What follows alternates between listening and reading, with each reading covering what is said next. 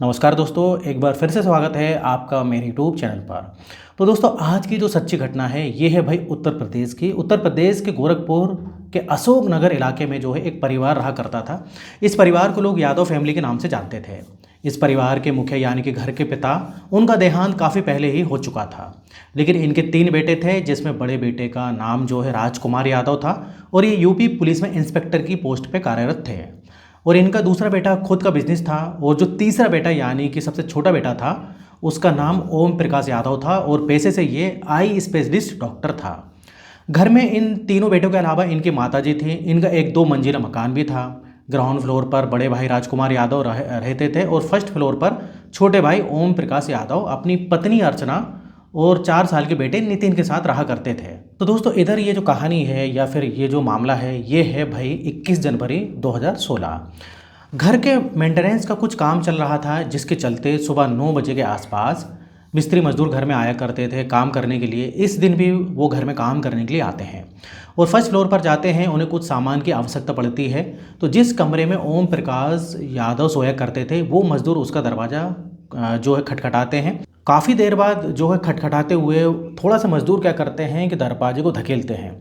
जब दरवाजे को धकेलते हैं तो ये मालूम चलता है कि भाई कुंडी नहीं लगी थी। और जब धकेलते हैं तो जो थोड़ा सा हिस्सा जब उधर दिखता है, दरवाज़ा खोलते हैं ज़रा सा, तो भाई जो मज़दूर देखते हैं तो वो नज़ारा देखकर मज़दूरों की चीख निकल जाती है। वो भागकर नीचे जाते हैं। ओम प्रकाश यादव की माताजी, उनके बड़े भाई भाभी, वो सभी जो है चीख सुनकर जो है भाई आ जाते हैं और कुछ पड़ोसी भी इकट्ठा हो जाते हैं। सभी जब ऊपर जाते हैं, कमरे में देखते हैं तो पाते हैं कि भाई कमरे में बेड के ऊपर ओम प्रकाश यादव लहूलुहान पड़े हुए हैं और उनके सर से खून निकल रहा है।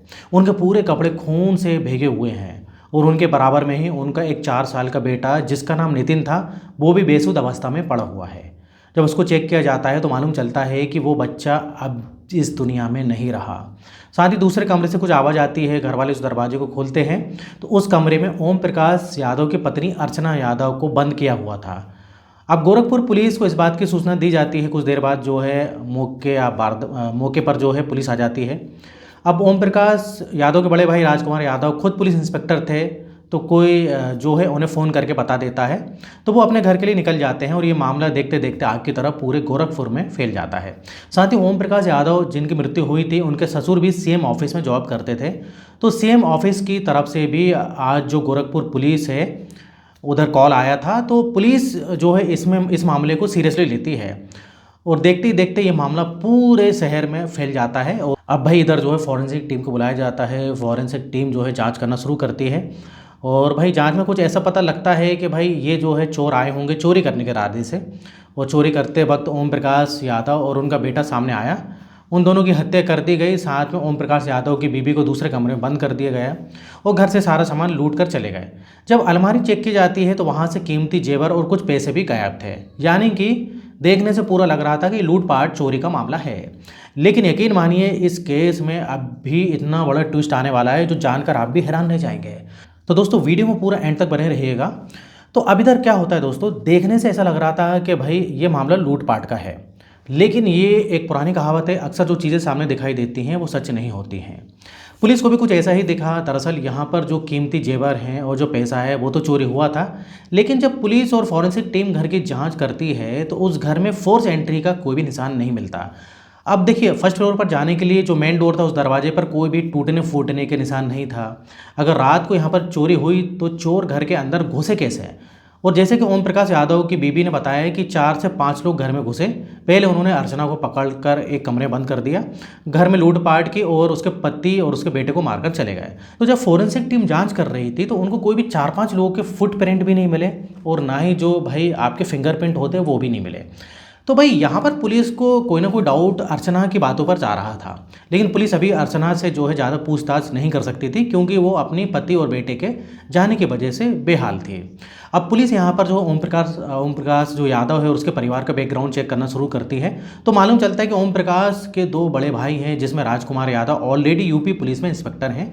एक दूसरे भाई हैं जिनका खुद का बिजनेस है और जो ओम प्रकाश यादव छोटे थे सबसे, तो तभी इनके जो है पिता का जो है भाई इनका देहांत हो गया था। तो इनके जो बड़े भाई होते हैं, इनने मिलकर ओम प्रकाश यादव को पढ़ाया और उसे इस काबिल बनाया है कि वो डॉक्टर बन सके और वो डॉक्टर बना और आँखों का जो है डॉक्टर बना। 2007 में जो है उसने अपने खुद का क्लिनिक भी खोला और उसकी क्लिनिक बहुत अच्छी चल रही थी। तो इधर पर घर वाले अब तैयारी करते हैं भाई शादी की, ओम प्रकाश की शादी की। तो भाई लड़की देखना शुरू करते हैं। अब देखिए गोरखपुर का ही एक जो है परिवार था और उनका परिवार जो सिंगापुर में रहता था और उनकी एक बेटी थी और वहाँ तक ये बातें पहुँच जाती हैं और वो अपनी बेटी की शादी ओम प्रकाश यादव से करने के लिए तैयार हो जाते हैं। 2007 में सिंगापुर से यहाँ ये जो फैमिली है वो गोरखपुर आती है और धूमधाम से अपनी बेटी की शादी जो है ओम प्रकाश यादव के साथ कर दी जाती है। शुरुआत में सब कुछ बहुत अच्छा चल रहा था, लेकिन शादी के 6 महीने के बाद ही वो लड़की जो सिंगापुर से इंडिया में आई थी उसे सिंगापुर की जैसा ही इंडिया में कोई फैसिलिटी नहीं मिली।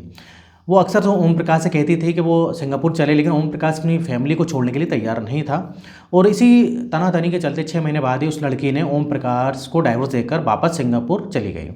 यहाँ पर घर वालों को थोड़ा सा झटका लगा कि भाई अभी भी शादी हुई थी, 6 महीने हुए थे, लेकिन ओम प्रकाश जो है भाई अच्छा डॉक्टर था, अच्छी फैमिली थी। तो इसलिए जो ओम प्रकाश के लिए फिर से एक लड़की की तलाश कर दी जाती है और इस बार लड़की जो है गोरखपुर की ही चाहिए थी। साथ ही लड़की का पूरा बैकग्राउंड भी चेक हुआ था। थोड़ी तलाश के बाद जो है एक लड़की मिल जाती है जिसके पिता सेम ऑफिस में जॉब करते भी हैं और उनकी बेटी का नाम अर्चना था और ओम प्रकाश की फैमिली ने उस लड़की को जो है सारी चीज़ें बता दी थी कि भाई पहली बीवी के साथ जो है डाइवोर्स वगैरह हो गया था, ऐसी सी बात थी। लेकिन फिर भी जो है जो अर्चना की जो फैमिली होती वो तैयार हो जाती शादी के लिए। अब 2009 में ओम प्रकाश यादव की शादी अर्चना यादव के साथ कर दी जाती है और अर्चना यादव का परिवार भी काफ़ी समृद्ध था। दोनों की शादी हो जाती, सब कुछ बहुत अच्छा था। शादी के कुछ सालों के बाद यानी कि 2012 में जो है ओम प्रकाश और अर्चना के यहाँ एक बेटे का जन्म होता है जिसका नाम जो है नितिन रखा जाता है। लेकिन यहाँ से चीज़ें जो है बिगड़ना शुरू हो जाती हैं। दरअसल अभी तक ये परिवार जो है एक जॉइंट फैमिली की तरह रहता था, सभी का खाने की जगह बनता था। लेकिन बेटा होने के बाद जो अर्चना है उसका कहना था कि वो सभी के लिए खाना नहीं बना सकती, सभी के लिए काम नहीं कर सकती है, इसलिए उसको अलग घर चाहिए अलग रहने के लिए। लेकिन उसका पति ओम प्रकाश अपने परिवार को छोड़ना नहीं चाहता था। अब इसी तनातनी के चलते जो है घर के ऊपर एक फर्स्ट फ्लोर पर मकान बनाया जाता है। वहाँ पर ओम प्रकाश और उसकी बीवी अर्चना को जो है और साथ में बेटा वहाँ पर शिफ्ट हो जाते हैं। अब अर्चना अपना खाना भी अलग बनाती थी और वो नितिन के साथ खुशी खुशी रहती थी।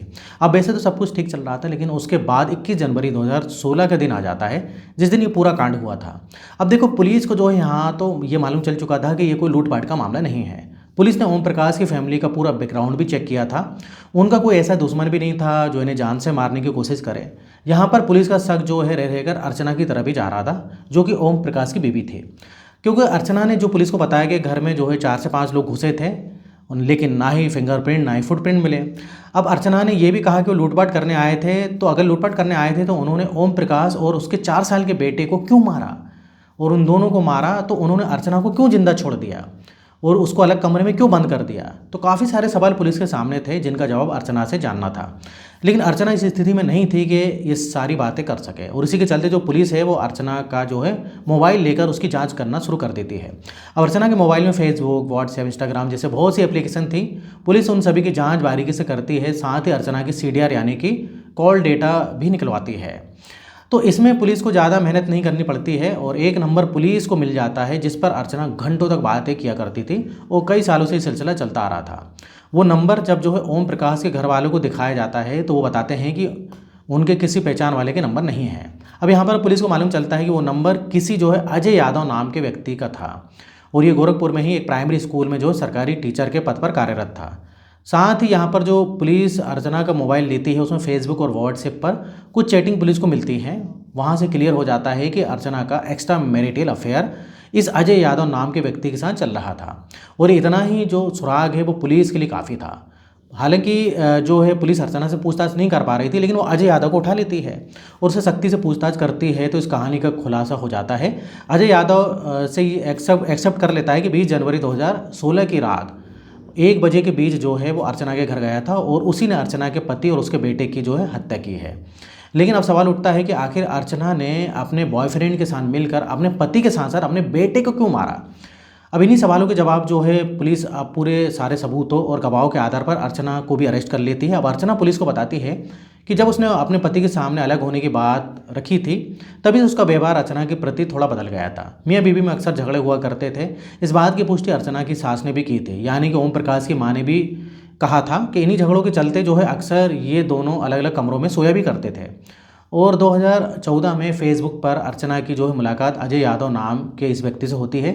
ये प्राइमरी स्कूल में जो एक टीचर होता है और बहुत ही जल्दी इन दोनों में दोस्ती हो जाती है। और क्योंकि अर्चना कहीं ना कहीं अपने पति से खफा रहती थी, इसलिए जो अजय यादव है उसका सहारा वो बन जाता है। इन दोनों की दोस्ती जो है प्यार में बदल जाती है। ये दोनों मिलना जुलना शुरू कर देते हैं। उसके बाद अक्सर होटलों में मिलते हैं, शारीरिक संबंध बनाते हैं। हद तो तब हो गई जब अर्चना ने अजय यादव को अपने घर तक यानी कि अपने ससुराल तक बुला लिया। उसने अपने पति और अपने घर वालों से कहा कि ये मेरा दूर का रिश्तेदार है, मेरा भाई लगता है। और ये कहकर जो अजय यादव है वो 3 से 4 दिन तक अर्चना के घर पर उसी के साथ रहा करता था। एक कमरे में अर्चना का पति सोता था तो दूसरे कमरे में अर्चना अजय यादव के साथ सोती थी।